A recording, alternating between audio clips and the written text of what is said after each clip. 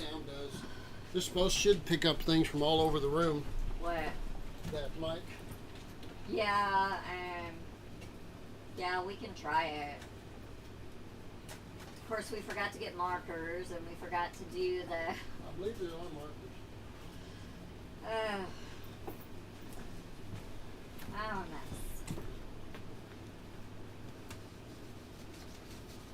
Ow. Well, hey, let me put the headphones on.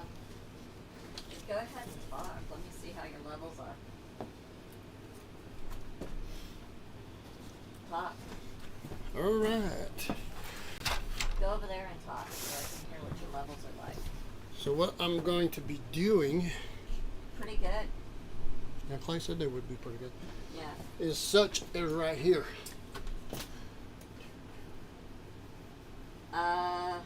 Right here is a mark, and there's a mark, and there's Okay. a mark. Okay. You can see it, but you're going to want to write with big letters.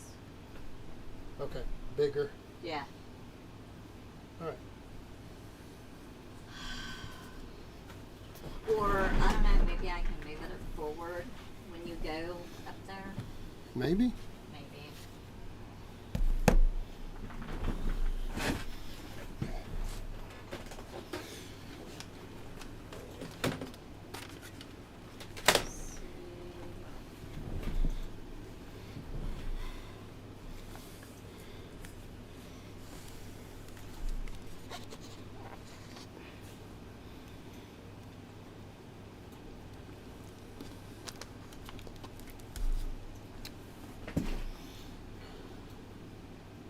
By the way, I do not like this Streamlabs.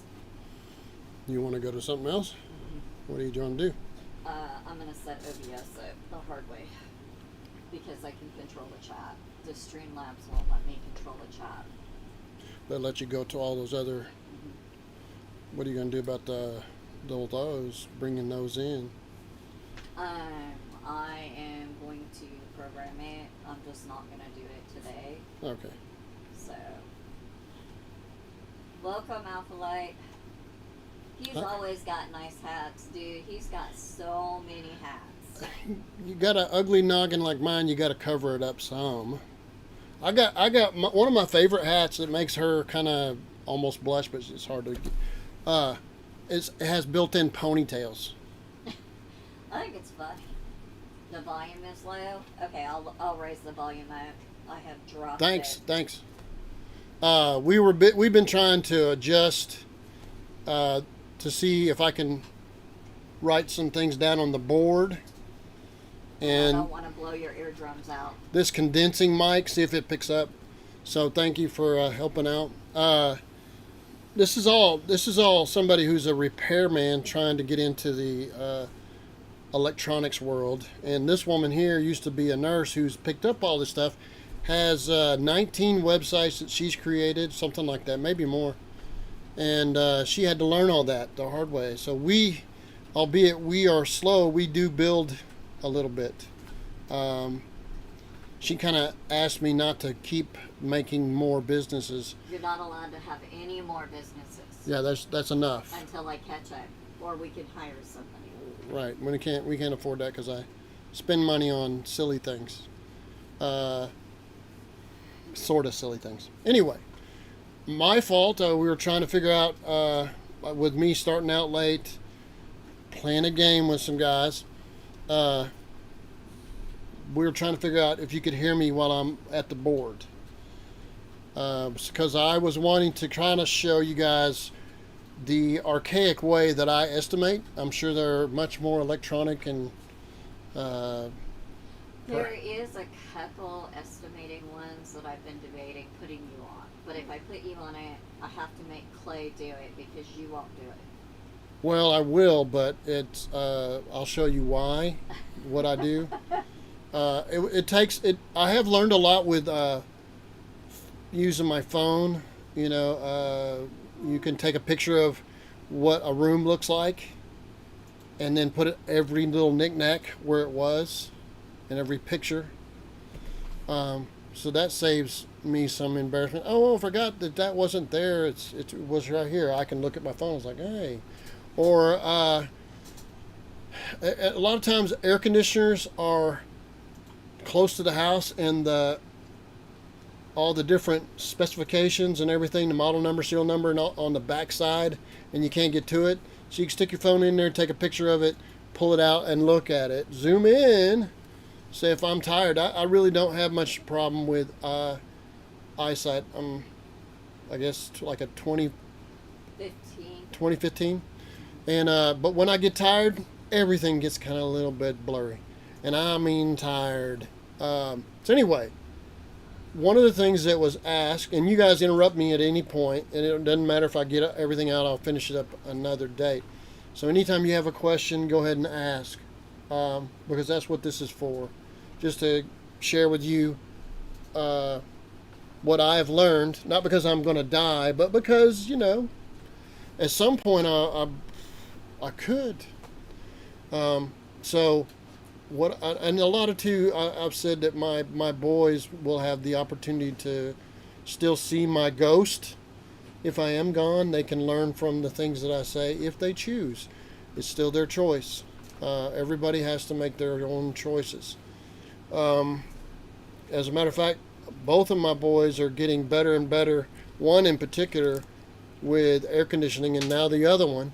And once they get where they're really good at air conditioning, not only do they start telling me what to do, you're doing that wrong, you need to do this kind of thing, because we have a friendship in addition to being father-son. I try to treat them as individuals, but they're not my boss, and I let them know, hey, be careful how you treat me, I do pay your paycheck. Yeah, I may be the craziest guy but I'm the crazy guy that writes your check.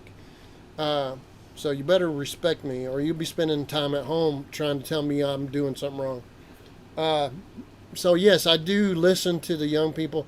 In Mexico, there's a saying, always listen, because sometimes the donkey plays the violin. So, this donkey is going to try to play the violin a little bit and show you what I do when it comes to estimating. Now, when I go to a job, if it is an hour and a half away, I kind of keep that in mind. That might be more than I want to go. I went to a job. She says, oh, no, it's within your range, an hour and a half. When I got there, it was 2.5 hours away. If you went as a crow flies, it might have been an hour. But it was down a winding, gravel road on and on and on, way back in Oklahoma. Way, way back in there. And they started off with, I had all these problems with all these other guys, and I'm not going to put up with any from you. I'm like, that deserves a tax. So, one of the things that I pay attention to is if they have run off a whole bunch of people, and I look at the work that those people did, and it wasn't particularly bad, they're the problem. So I might continue and try to, hey, what do I don't directly say, why did you have a problem with them? I discuss with them, get to know them, and usually somebody who's fussy can't help themselves. They're just blah, blah. So if they're going to tell you up front that they've already run off a whole bunch of people because I'm not going to I want it done the way I want it done, you already got somebody that you're probably going to have a problem with, because even glass has little ripples in it. When you're looking for perfection, you have to pay for that. And most of the time, if a person is not living in a mansion and hiring you by the hour, I mean, if they want to be real fussy and polite, I will work until they think I get it perfect. But they're going to be by the hour.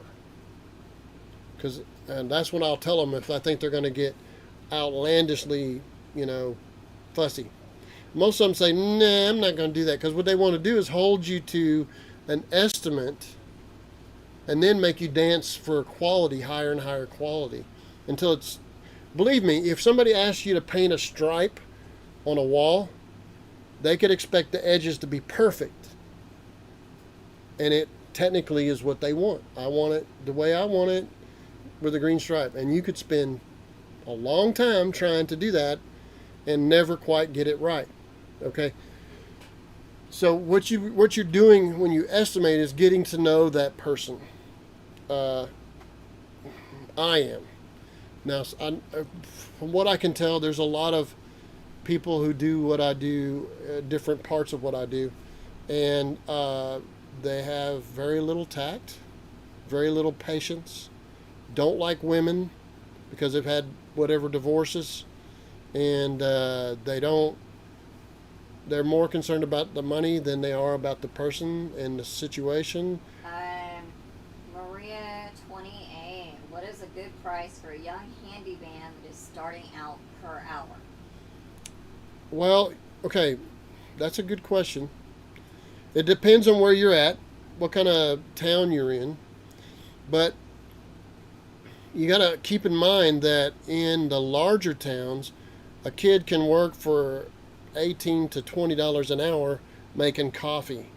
I know that's responsibility. Yeah, and they're in the air conditioning. In the bigger cities, you can make that kind of money, and you're gonna be living in a car still because you ain't making enough to pay rent. So if you're out in the country, and somebody's young, he's not gonna have as many tools, or know how the knowledge of the tools. I would say 25, 20. He's on his own. He drove there. Has to drive to your house, and then you tell him, "Here, this is what I like. This is what I want you to do." He's going to learn by doing things with you. So I would say 25.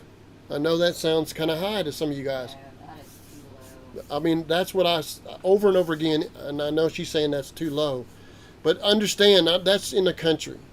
So a guy that is trying to start his business, but he doesn't have very much experience, if you can get him to work for you for 25, that's a fair price for him to learn.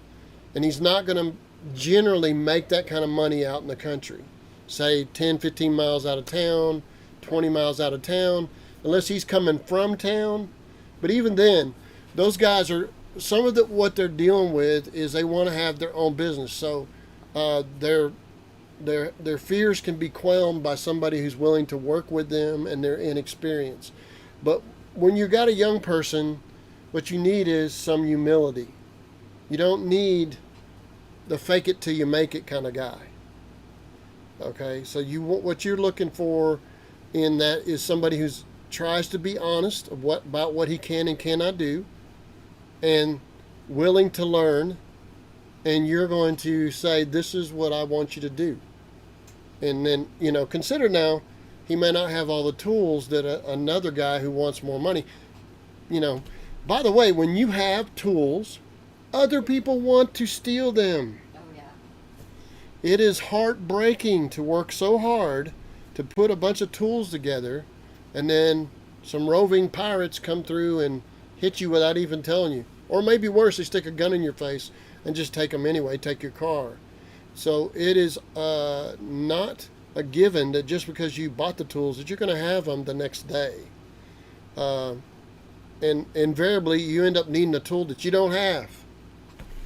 So consider those things when you're paying that guy 25 who's just starting out. I know that you can get some guys to work cheaper, but You get what you pay for. you will end up punishing them till they don't want to do it. And then you might not have somebody in the future. If you develop a relationship with somebody who's first starting out, like me, when back in the day when I first started, there are certain customers that to this day, I just treat them cheap. I charge them less because they help me grow. But that's me. I don't know that everybody's that way.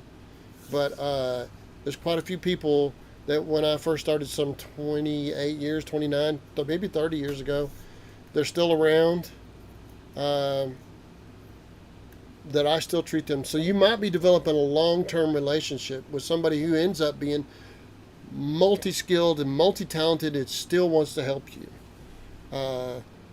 So consider that you're cultivating that person. And if you can, if 25 in your area is too cheap, like Christina was saying, you might consider paying him a little bit more. Because you got to think about, if they're a single guy, they're going to have taxes. Right. They are going to have to pay taxes, and they don't usually remember Yeah. that. That's why I'm saying that's too cheap. You have wear and tear on your car. Yeah, you got travel time. Yeah, but no, he might live next door. I don't know your situation. Might be renting from you, and you're trading out.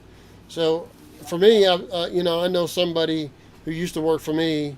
I've been inviting him to come on so I could talk with him about how he feels, because he's only been trying to do his business for 2 years, and I think he thought, because he's pretty smart, but he has his problems. I think he thought that because I did it, then surely he could do it. Maybe he's smarter than I am. Maybe I'm just fortunate, and he could do the same thing and live in a bigger town and do better. But I think he's learning that it's pretty hard. And he's got me as a resource so he can call up. And there's been several guys through the years that started their own business that used to work for me. So they get to see the good habits that I have about how I treat people, no matter. She is in Farmington, Missouri, population of about 16,000. Yeah, that sounds about right. I would say 25. So that means he can take some of his money, if he's smart, and buy some tools so he can do a better job for you. And if he's not smart, then he won't be in business very long. But you can get your money's worth out of 25 generally. You're just going to have to work with an inexperienced person. That's sort of a given. And they're not going to know how to estimate. So you're going to have to coddle them and say, look, I know you're losing money because you didn't bid that right. If you don't do that, if you don't help them out, and you see they're crashing, you may well have chased off somebody who could be helping you later. And they may totally be out of the business because they couldn't stand the pain of their mistake. Believe me, I've made some mistakes early on, and I had 3 kids to take care of. And I'm going to talk about some of that with estimating. Very good question, and hopefully I gave you some information to think about. Even if they're not young, say they're middle age or even older. 25 to 75, I would say. Yeah, they're going to still be inexperienced perhaps, or not have the tools, and you're going to have to work with them. And you may have to buy the materials if they flinch when you say, hey, I got to buy a bunch of drywall or I got to buy a bunch of flooring. You go get the materials so it doesn't kill them. Yeah. Because they might not have enough money to buy the materials. And sometimes I don't have enough money. So you have to swallow your pride a little bit and say, hey, look, I'm gonna need some money from you to buy them. You can buy the materials, and I don't mark up materials, by the way, which is very unusual. I don't mark up materials. That's something that if I'm working by the hour, I'm getting paid to go get the materials. Why am I charging you in addition more than what the materials cost? It doesn't make any sense. It's double dipping, and I don't really like to do that. The Better Business Bureau, I had a website for them. I literally paid, before I knew Christina, I literally paid them a chunk of money. They convinced me. That occurred right about the time we got married. So I had a website with them, and on that website I had put I don't mark up materials. Well, this new woman took over the Better Business Bureau, and she called me and said, hey, you got to change that. Because I said, why? I don't mark up materials. She goes, because that's not true. I said, no, it is true.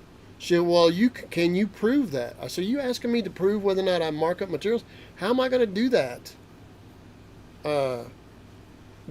Show you somebody else's estimate and then show the cost of the materials? Are you going to accept that? Because I can do that. I have to do all this work to prove that I don't mark up materials? You can't call me a liar until I am. She goes, nope, you can't do it unless you prove it. And I know you can't prove it, so you got to take that out. I said, you know what? Just cancel. I don't want your website. I don't care if I paid $700 for it. She was kind of shocked. I was like, I don't need it. I'm not getting any business from the Better Business Bureau website. And then I hired another woman in addition to that to do something as a website, and really she didn't do very much. And she tried. kept it. She kept the website. Her and I got into it. Yeah. So those are the things that you learn. Facebook is not a website. You don't own. If you are going to have a handyman business, spend the $25 to get hosting, to buy a domain, and Right. throw up a WordPress site. WordPress is cut and paste. Super easy to do. That way you own your data and you own your customers. You can create an email list and then contact them to increase your business. So somebody could say you said something or accuse you of something that you didn't do, and you'll be kicked off Facebook. and they'll kick you off Facebook, and you lost everything you did. Everything. You're out. You don't own that. You're using it.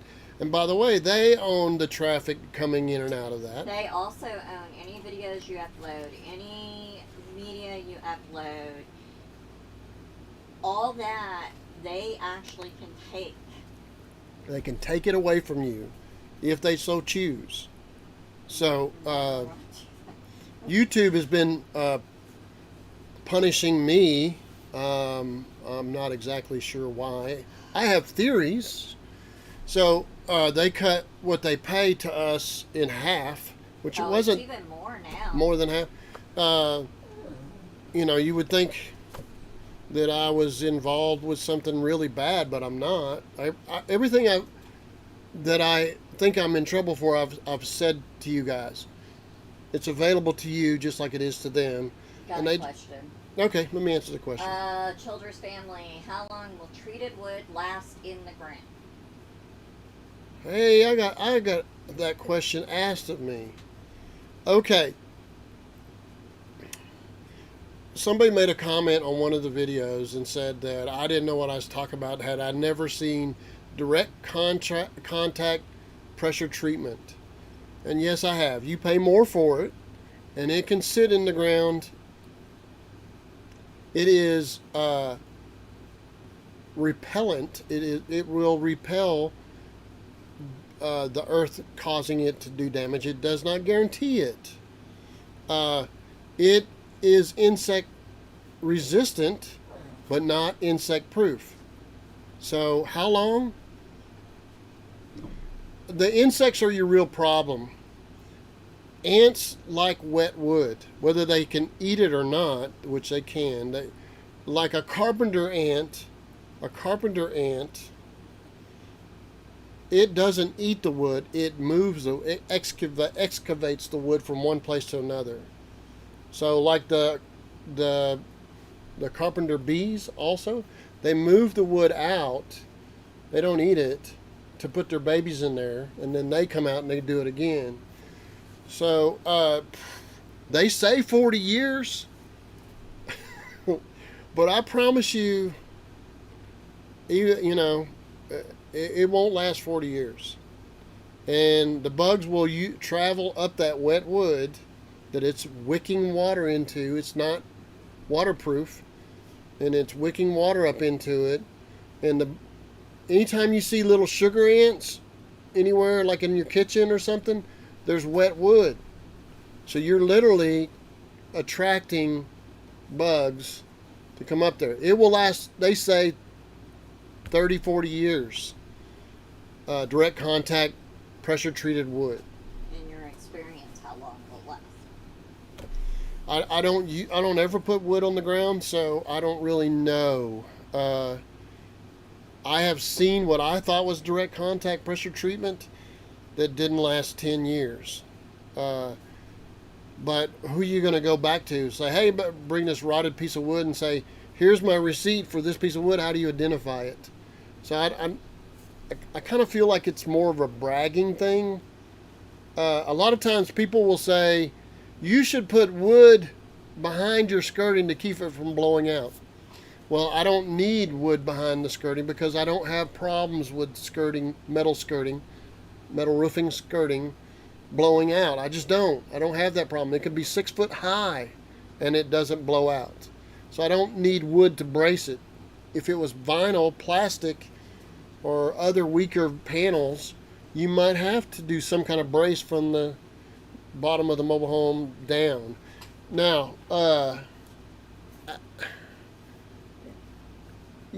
you couldn't guarantee it. I wouldn't guarantee it to be more than 10 to 15 years. I've had somebody, they decided not to use me, I think, because of what I told them.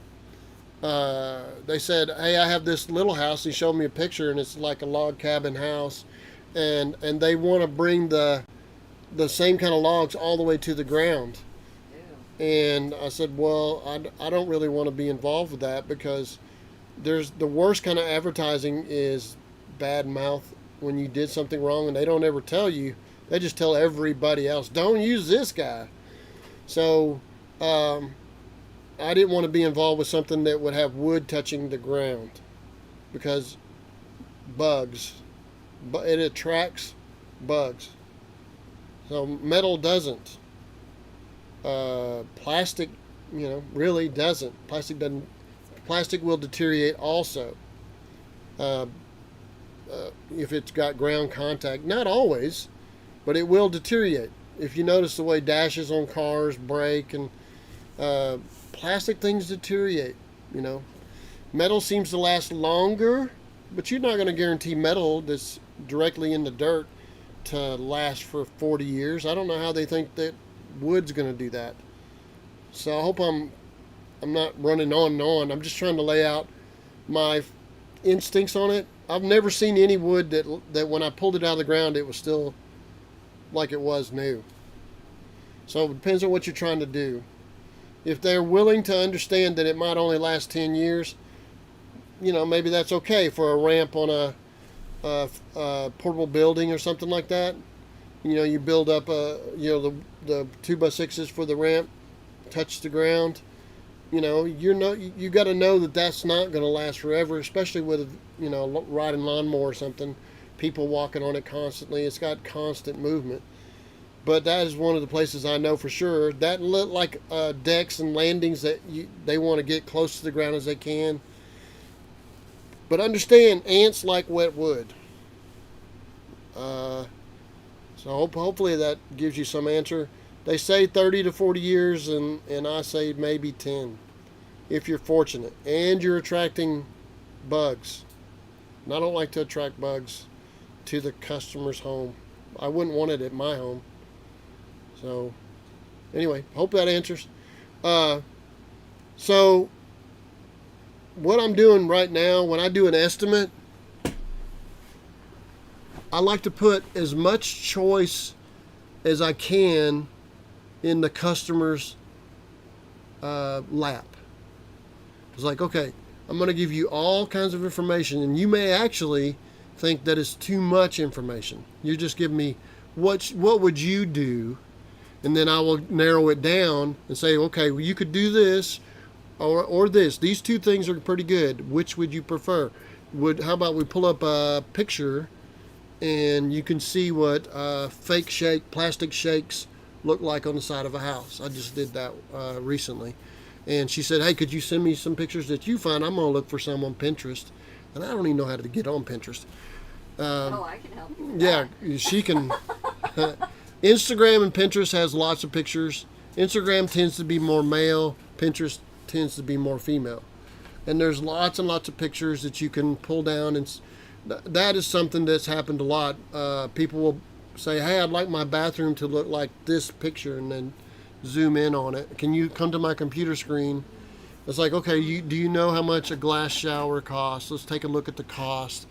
And do you know how much labor it costs for great big slabs of marble to be put in? Oh, okay, well, we can cut that part out. I like the colors here and there. Like I worked on a dark blue fake marble shower, working on the shower there. And it was such a fancy house. It had white carpet everywhere. I put on little booties that you wear for as a nurse, so I wouldn't track in something on their white carpet. I was like really, really careful not to scratch. Oh, I remember who that is. Yeah, well, I've done it many times. And that big, dark marble, she was like, I'm trying to figure out what we can put on, while I was working on an outlet underneath a 10-foot mirror over the double sink. And I'm like, oh man, I hope that mirror is there secure. And so she's like, I want to know what we can do, what kind of coating I can do to put on this big marble slabs. By the way, I want you to look at the faucet because it won't shut off. And it was a 2-handled faucet. And she's already had other plumbers there to reseat. And I'm like, well, if it's been, ground down and seated more, I don't like doing that anymore. It's probably going to leak in a little while because just a little bit of burrs on there, and you got that cone rubber not sealing very well anymore. So I was like, well, I don't even know how I would get to that to try to put in a different one. It's like there was no access to that. She goes, really? There's no way for you to get into that? I said, well, on this side is a marble closet. We'd have to take the marble, big slab of marble. And you already got white carpet. I don't have another back door to go out even this shorter. I'd have to put everything I can to protect it. So that kind of gives you an idea when you're estimating, you're trying to understand the person. She was fantastic to deal with. She said her husband was not. And he was going to not expect anything but short of perfection. And with white carpet, I was afraid I'd sneeze and mess up the carpet. And I certainly wasn't going to be able to pick up great big 4-foot by or 3-foot wide or 4-foot wide, 3/4 thick fake blue marble, 6 foot tall. I'm not. You'd have to have somebody with special suction cups and multiple people. You're looking at a big cost for that. So that was when my wife and she was trying to carry the twins. So that would be 24 years ago. Almost 25. Yeah, almost 25 years ago. So so those circumstances, if you act real aggressive to that guy that only had 4 or 5 years of being on his own, it's kind of overwhelming. I did a lot of things for her that I felt like I could do, like adjusting the sprinklers and tightening up a piece of trim. And, I was worried about even bringing my compressor in there because the compressor could have a little bit of oil coming off or moisture coming off, and it sits there and vibrates. So you'd want to, even your hoses, if it's got white carpet, the hose, I was like, that was before battery finish nailers.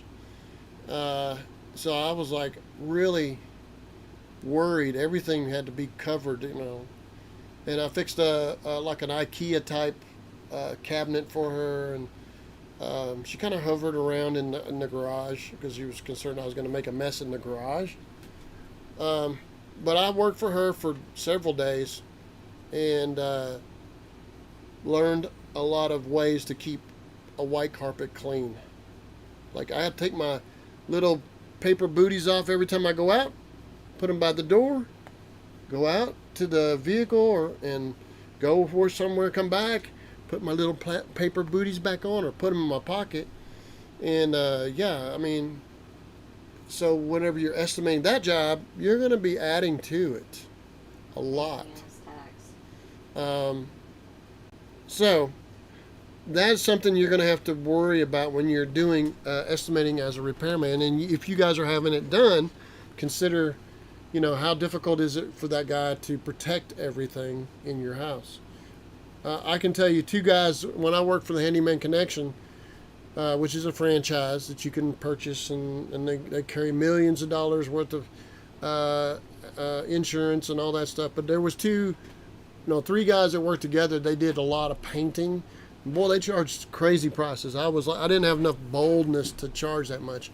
Well, they were working in a real nice house, and they were talking like, hey man, Joe there, he bumped a gallon of paint and knocked it over in this high dollar carpet.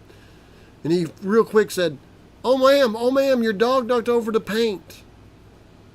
So she come out there and scolded that dog, and I was like, dog's like, what'd I do? But there's paint knocked over in that fancy carpet, and she was forgiving the dog. She would not have forgiven those guys for knocking over paint in her. That would have been one of those insurance claims. So yes, you have to work with these guys and say, hey man, you want to protect the floor, right? Here, let me help you. If you need to go ahead and purchase something extra you didn't plan on, like some roll-out paper, like you think plastic is really cool for painting? Let me explain. You spill a little bit of paint, you step on that paint. If they step on somewhere else, that paint goes on their feet, and it goes elsewhere. So sometimes, plastic's not always the answer. All right, so now estimating. I talked about personalities a little bit. There's much more to learn. How about this? I will show you what I do with a deck, and hopefully you can hear me. How about I just sit right here? Can you see me? Yeah. All right. So somebody says, I want a 10 by 10 deck. What would you charge? I'll have to measure it up, look at the situation. If it's, real tall, that deck has got real long legs. You're going to have to add for those 4x4s or even 6x6s if that's what they want. 4x4s in themselves and 6x6s, the pressure treatment that they use is water-based. So, whatever you put in there, I try not to use long 4x4s if I can, or 6x6s. 6x6s do better, but anyway, let's say you have a real tall deck. You're going to have to, you don't necessarily need a 4x4 every 4 foot. And if that's 10, you're not going to need that. You're going to need one at 3 and maybe one at the other 3 from this way, which would be 7. And you have 4 foot right there and 3 foot on each side. And then you ran a 2x6 all the way across underneath to support the deck that's right here. These are your, all right? So. Right, that it's a deck. Now, when I go to figuring out that deck, that 10 by 10, or this is maybe closer to an 8 by 12, but I'm like, okay, I can go 12 this way lengthwise and not have any joints, or I can go this way, and this would be 8 or 10 wide, and that way I don't have any joints. So you think, wow, a 5.5 inch board and then maybe 1/2 inch gap, that's quite a lot really. But you can do that, and that is 6 inches. So if you're 10, you're going to end up needing 20 10 footers to get, because you're only getting 6 inches per to get 2 6s to get 1 foot. So you're going to end up needing 20 if it's 10. But let's say that's part of it. You already got figured out. I'm going to need 10 footers. Let's say, in this case, this is 10 wide. I'm going to go this way. And this is 10 this way. It's not proportionate. You're going to need 20 10 footers. So what do? I go 1, 2, 3, 4, 5, 6, 7, 8, 9, 10, 11, 12, 13, 14, 15, 16, 17, 18, 19, 20. All right, why do I do that? Because I'm not done. All right, I know that if they're going to be running this direction, that my supports, the floor, the joist inside there, are going to have to run this way. So if that's a 10 by 10, which I was saying, or a 10 by 12, I have to have every 2 foot. Now, you go like, oh, well, that 10, that means 5. No, you got to have 1 to start with. Okay, so you're going like, okay, well, that's okay. I can deal with that. That's 10, let's say 1. We're going to do it on 16s or 2 foot. 16s would be better, and it's marginal difference in cost. So why do I say that? Okay, 16, 32, 16, 32, 48, 16, 32. There's 3. 2 foot center would be 1, 2 foot, 4 foot, 6 foot, 8 foot, 10. Starting to get it? I'm like 1 board more to do 2 foot center, maybe 2, and we're talking about $12 difference. I'm gonna do better with 16s, but I don't say all that unless they ask. I just say, you know, it's gonna be a better job. It costs me a little bit more, but it'd be a better job if I do 16s, unless they request that I do it to save them money on 2 foot centers. But those, so we got the top all figured out right there. This is 10s. So now I gotta have 1, 2, 3. Well, let's do 16s. 1, 2, 3, 4, 5, 6, 7, 8, 9, 10. I'm gonna go over here and go 1, 2, 3, 4, 5, 6, 7, 8, 9, 10. All right. Whereas if I just wrote a number down and then I wrote another number below it, I'd have another total, and it ends up being a bunch of scribbling. But hey, I'm gonna do that. But that's not all. If you're running this way, you gotta have some supports about every 3 foot running that way. Okay. So what are those widths? Those are 10. Okay, we're gonna have to need one. I need one by 1 foot from the outside edge, like so, and then 1 every 3 foot to carry those floor joists. And generally, I put a 4x4 here, like another one about 3 foot away, and I put another one this way, so that doubles up. And those are 10s also. So 1, 2, 3, 4, 5, 6, 7, 8. No. Okay, I'm going to do 8 more. 1, 2, 3, 4, 5, 6, 7, 8. Is that all? No, we got 4x4s. So we're going to have, not very tall, let's say. I can get 1, 2, 3, 4. Maybe I can get 4 4x4s out of that, out of 1. So we'll say, oh, well, I need 2, let's say 3, and we're going to need some handrails, but we're not going to figure that out. Let's just say right now, 4, 1, 2, 3, 4 4x4s. Okay, and these are 2x6 10s. All right, am I done yet? Nope, not done yet. What's next? Next is, how am I going to get my handrails up? So I have got a handrail, say every no more than 8 foot. Kind of get stretching it. So I have a 10 footer here. So how about I do 5? You got 1 against the wall, and they don't have to be touching the ground. Again, I try to keep the length away. They don't have to be touching the ground. And you can do more planning, but I'm doing this as fast as I can go. This is 10 across here. I might put 1 in the middle again, just like there. And those are going to be, say 40 inches if you like to, but I generally go with lower so that you can sit down and look over the handrail. It's really neat that you put a 42-inch handrail, but you can't look over it. So if you're sitting in your living room, you can't look over your handrail. It's neat because you can be drunk and not necessarily fall off the deck.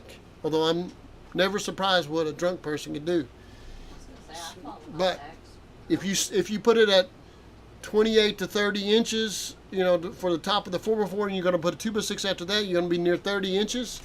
You can put your elbow on it like it's your armrest. You can put your drink on it.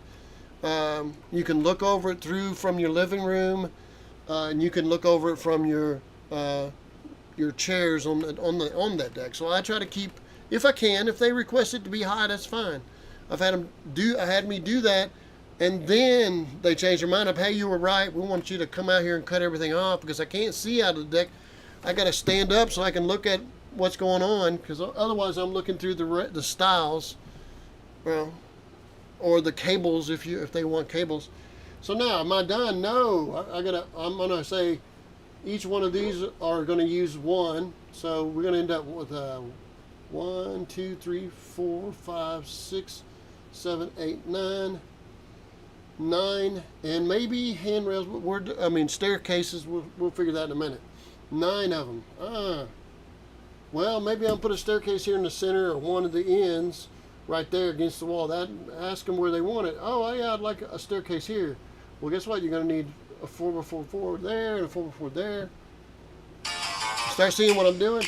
Okay, I'm going to need 1, 2, 3, 4, 5, 6. Let's say 6 more.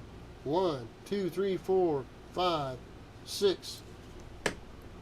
All right, so now we're going to have 2x4s in between to carry the stiles. So we're going to need 2x4. 2x4, let's say 8s. 2x4 by 8. All right, that just looks terrible.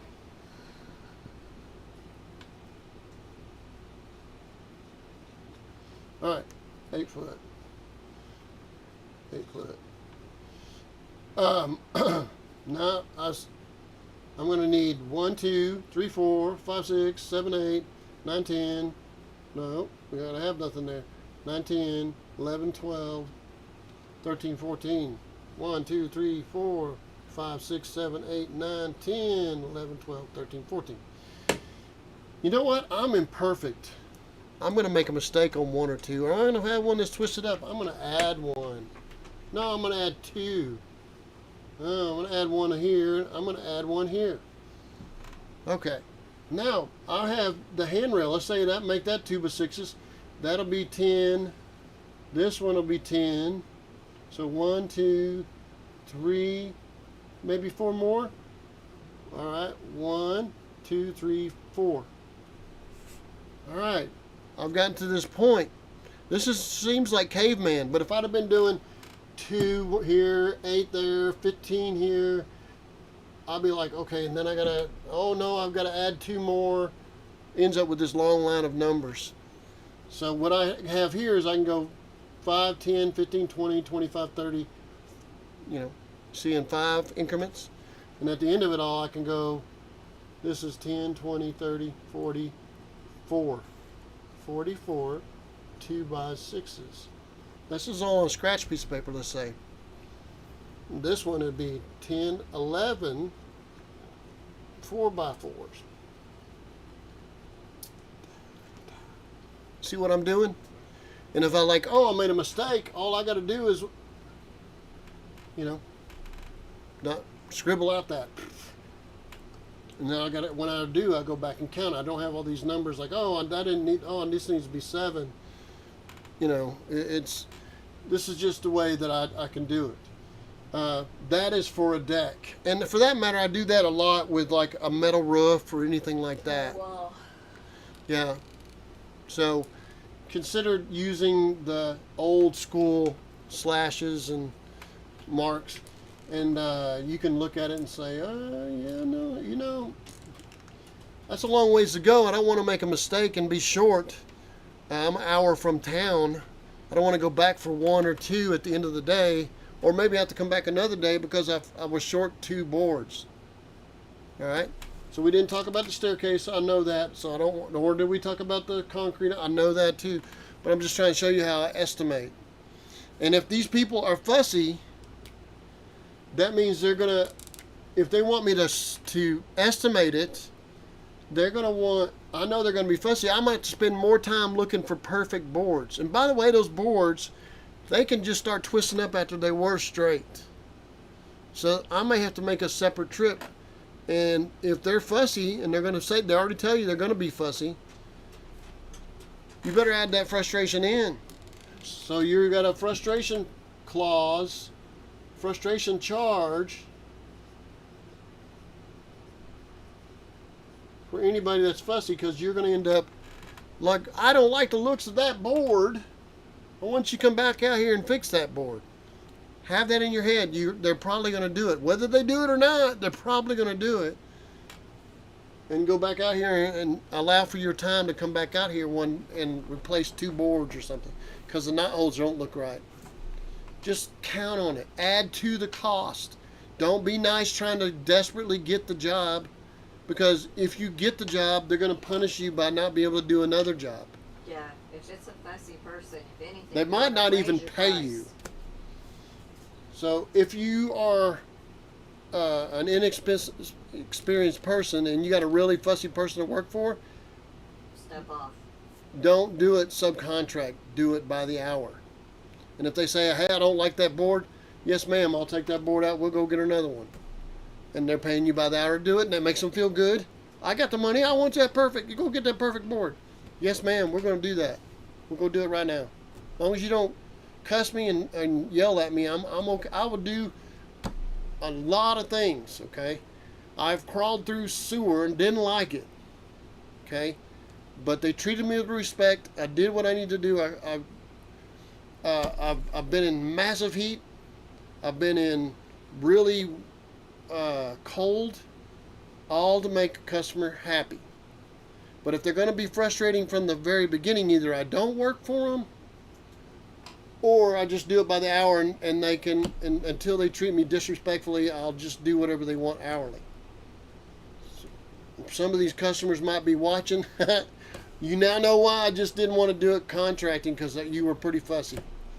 Maybe you got to be a better relationship later, and now we don't have to do that so much. But maybe early on I was like, I like to do it by the hour. Well, how much do you charge per hour? It's the same. Whenever I bid this job, I'm already charging you for looking at it, for doing the work. I'm charging you for my time. If I get that job, because I'm not gonna let all that work go for free. So if it's insurance, I'm gonna want you to pay me $75 to $100 up front, because more than half the time they go ahead and keep the money, or they give it to a friend. They just needed a third estimate, so I have to spend the time to figure all that stuff out, check from prices, which, by the way, when you do an estimate, you want to date it. You want to date that for no more than, say, 60 days now, because that price of that 2x4 or that plywood, how about OSB, can triple in price. If a hurricane hits somewhere on the other part of the country and all that stuff's going that direction, the stuff you have in your area might shoot up in price, even though it's been sitting there all that time. Consider that whenever during the pandemic, the COVID time period, OSB went to $75. How do you bid that? How do you bid that? You don't. He's like, hey, it's cost plus. Everything's cost plus. So I was gonna say, we got hit a couple jobs. Right, jobs that I'd already been locked into, and I say, hey, we just got to get to it. So, 60-day, 30-day, it's up to you how you feel. I would do a 30-day. With the way materials are so crazy right now, especially if you're new. My problem with a 30-day is quite often I'm at least 30 days away from ever getting to it. Or a 45-day, you could go in the middle. So, yeah, but maybe it is something that I need to, hey, look, we need to check prices before I come out. It may change. A 30-day might not be unreasonable in this day and age when everything's shooting up, guys. I was going to say, because I've seen just you buying materials in our receipt. Now, one of the classic mistakes, I knew how long it would take me to make this deck. I knew how long it would take me. I could build one of these by myself in a day, a long day. by myself. I did it over and over and over again. Okay? You know what I forgot? I forgot the time to go get the materials and bring it to the job. I'm like, I know I did this in the right. How am I making less than what I thought? Back then, I was happy to make, 30 years ago, I was happy to make $20 an hour, 25. How am I not making the money that I thought I would make? Because I would always forget about going to get it an hour away and bringing it back. Maria is saying that every estimate she receives is 30 days. It makes total sense, guys. I mean, it's crazy how the prices are very unpredictable. You can expect a reasonable contractor of some sorts to be the guy that says, hey, you might want to do this cost plus. So if you go and say, I want you to contract this, you know what I'm doing? I'm already putting what I think my hourly rate it should be, and it's just adding extra because I might run into something I didn't plan. And give yourself like how about this for 25% extra if you're going to be doing this. Yeah, you're going to allow for those things that are unplanned. I'll give you one. We were going to re-level a house, and when we got underneath there, I could see little tails sticking up beyond a little border. It was a bunch of baby skunks. I was like, get out! Everybody get out! What? It was like, well, they thought maybe the house was falling down. I'm like, get out! I don't want you guys stinking and getting in the truck. Get out! And the owner comes out. What are you getting all fussy about? He started a big business, by the way, building portable buildings. Anyway, he says, I'll take care of him. He got a shotgun. He was gonna, hey man, we'll come back tomorrow. And if it's stinking, you might want to let me know because I don't want to come out here and then it's stinking and we have to work in it. Oh, I'm gonna kill them things. So before we even got everything loaded up from that re-level, he was shooting.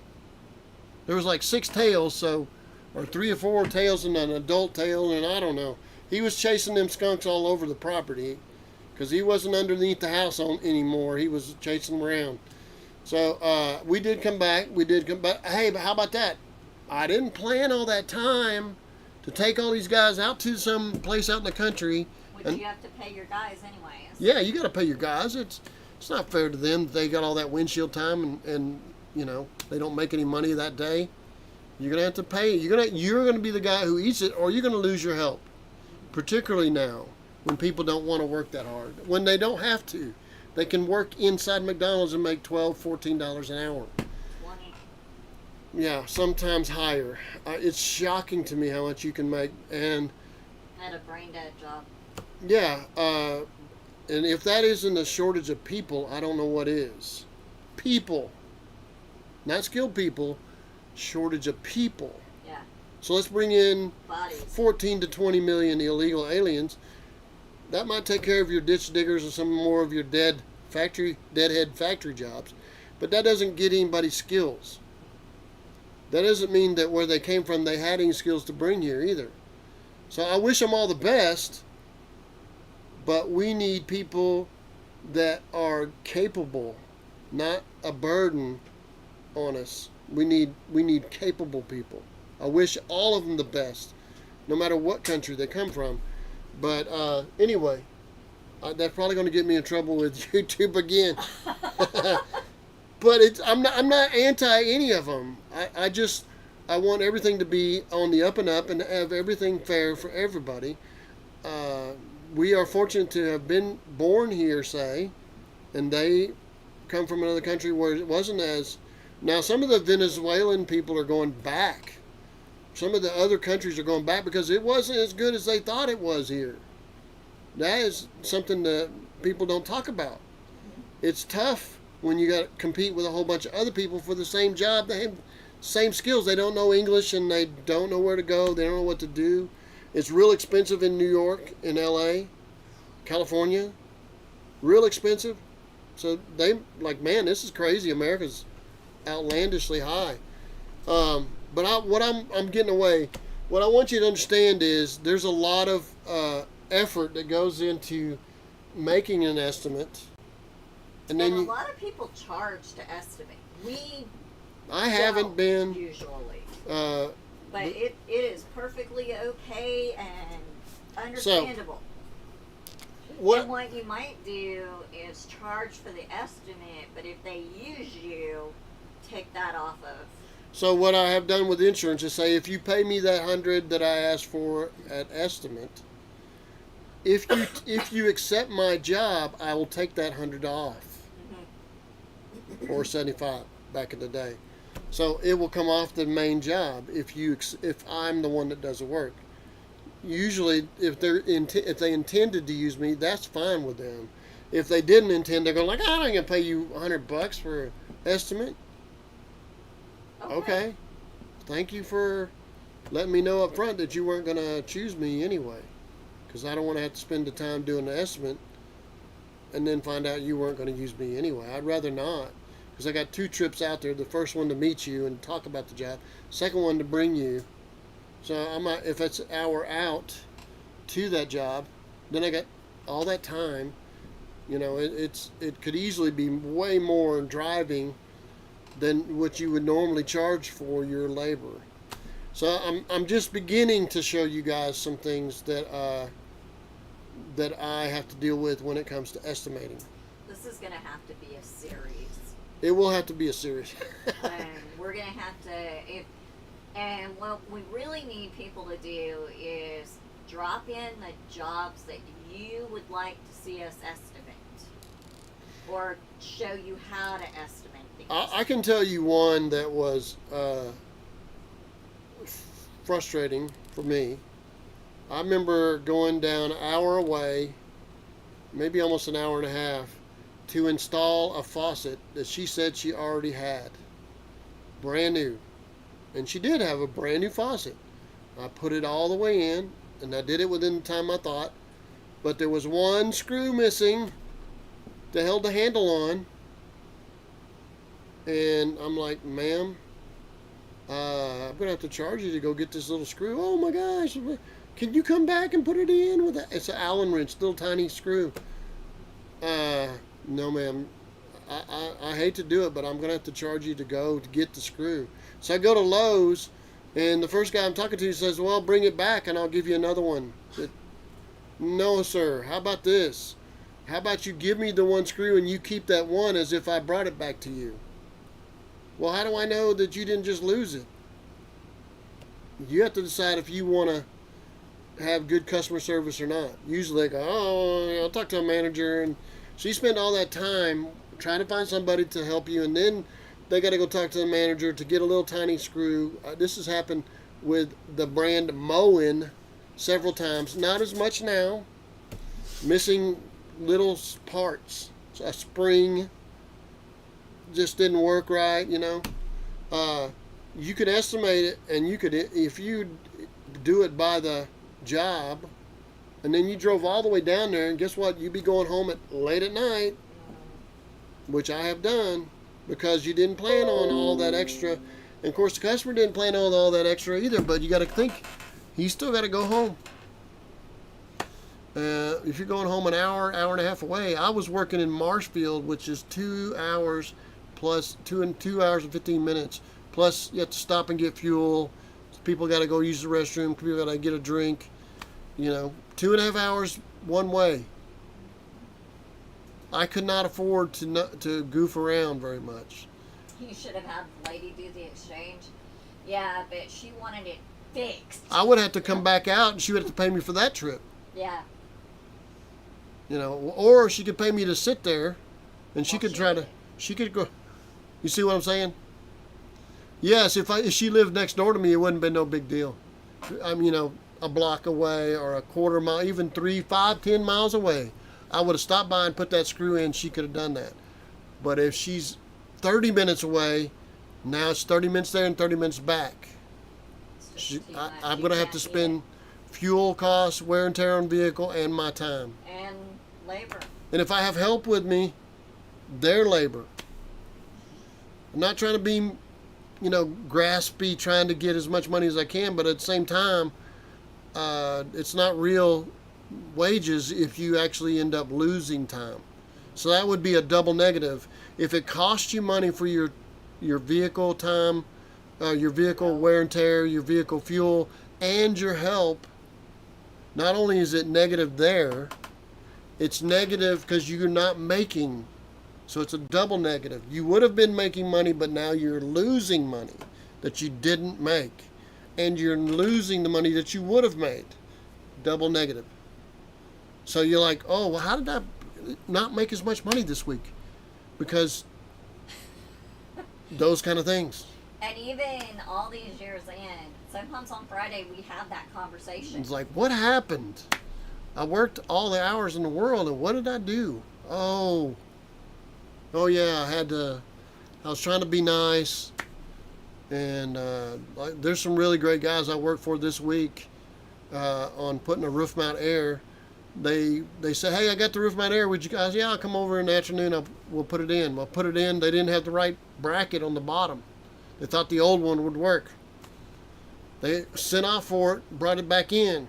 And they said, hey, we got the new one. Hey, come on over. So I come over by myself. I didn't bring my help this time. And went over. They're not far from me. And I went in there working on it and could not get it to work. Everything was hooked. I had to research how to hook it up because there's no... This is 1995, real nice Avion fifth wheel, which they try to compete with Airstream, but they're real high end. Real nice. It's in great shape. 1995, though, with a 2024 rooftop. There was a video, but it was not a very good video. I mean, it was better than not having a video on how to hook up everything and put it together and how the bottom flips down and you can plug everything up. That was neat. But it didn't tell you what wires went where because he would have to do a separate video for every type. So guess what? I put it all together. I figured out which one was fan speeds, 2 fan speeds, whereas this air conditioner only had 1. So hey, we'll go with the high. I figured out which one was the communicating wire, which is the yellow. Put yellow to yellow. Hey, okay, I figured out that's where it was before because I took a picture of it. And then I had to figure out that the blue was the 12 volt. The 12 volt operates all the controls. You have to have the constant 12 volt in addition to the 110. So I did all that and it don't work. I'm like, oh my God, what's going on? And this guy's a super nice guy. I would do anything for Gary. And we couldn't figure that out. I was like, went over and checked every wire nut, made sure everything was hooked up and everything's doing good. I checked the voltage on the 110, got the 110. Guess what? There was no 12 volt coming from the house. So we had to figure out why we don't have 12 volt. Well, it was getting to be 9 o'clock now.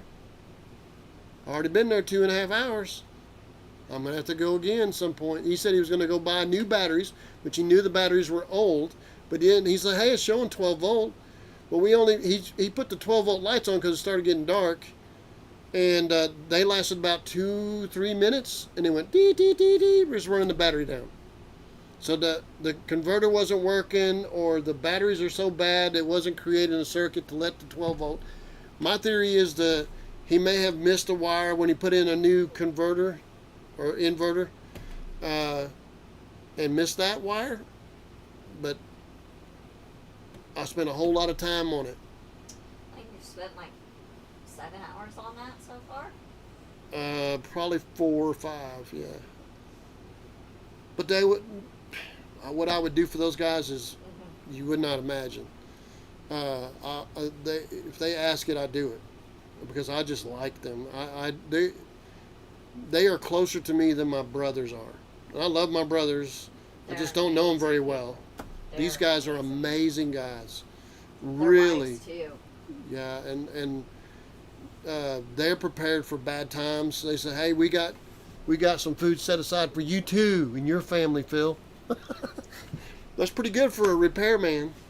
So I want you to know those kind of circumstances so you kind of understand what your repairman, or if you're trying to do repairs for somebody else.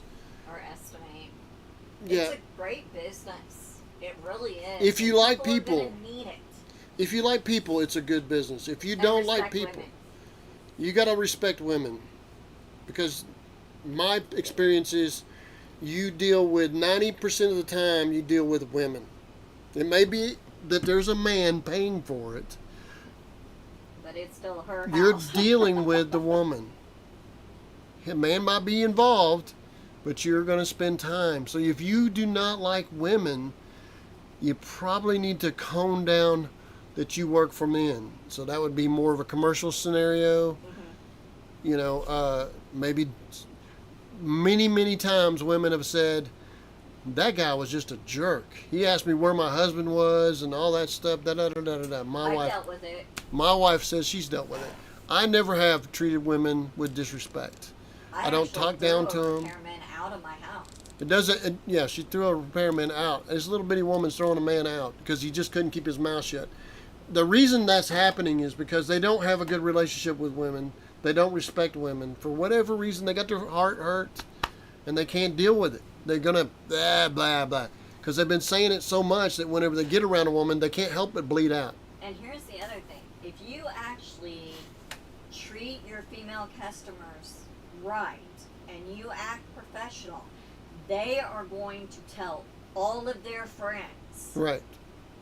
That's the reason I haven't truly advertised in like 13, 14 years. Because word of mouth is what carries it. You know, like, sometimes they ask and they don't exactly remember but I know it's word of mouth. Yeah, because sometimes I do a lot of our advertising and campaigns, and I want to know. She says that it's a postcard. Yeah, it's still an advertising campaign. It's a direct mail. All the websites, she's calling it a campaign. So it's a lot of work that goes into it. So we'll talk more about this. I want to share with you how did you come up with some of the prices. Like, how is that so high? I'll show you. Because we have, even on this one, we haven't talked about the screws. We haven't talked lag bolts. We haven't talked about what if you have high legs. And I think we need to, this was our first shot, but I think we need to get some more lights and some other things to where it's better for you guys when we're doing the board. Yeah, we're still improving, and it's kind of amazing how much money you can spend just trying to have a better setup. I mean, the lighting for cameras is really high. You know, we should have a light behind me, but we don't. We will. We should have a light on the floor. Yeah. There's a lot of light. So bear with us. You know, you can. I don't mind sharing with you what we're doing because it's not a secret recipe. It's just learning and hard work. Not only that, if you have advice, throw it in the chat. Yeah, we don't mind. When I stop learning, I'm going to be dead. So hopefully I'm sharing with you what I learn as I go along the way, and it'll be there. So if I lose my memory, I can go back and watch my own videos. That's true. Right? All right, guys. We'll see you next week. I'll carry on with estimating. If you've got any other questions, I'll be happy to fall out, and because I don't have if you notice, I don't have a script. And I'll go ahead and throw it next week's to where it'll show it, and if you guys want, throw questions right on that. Yeah, it doesn't have to be about the subject that we're on.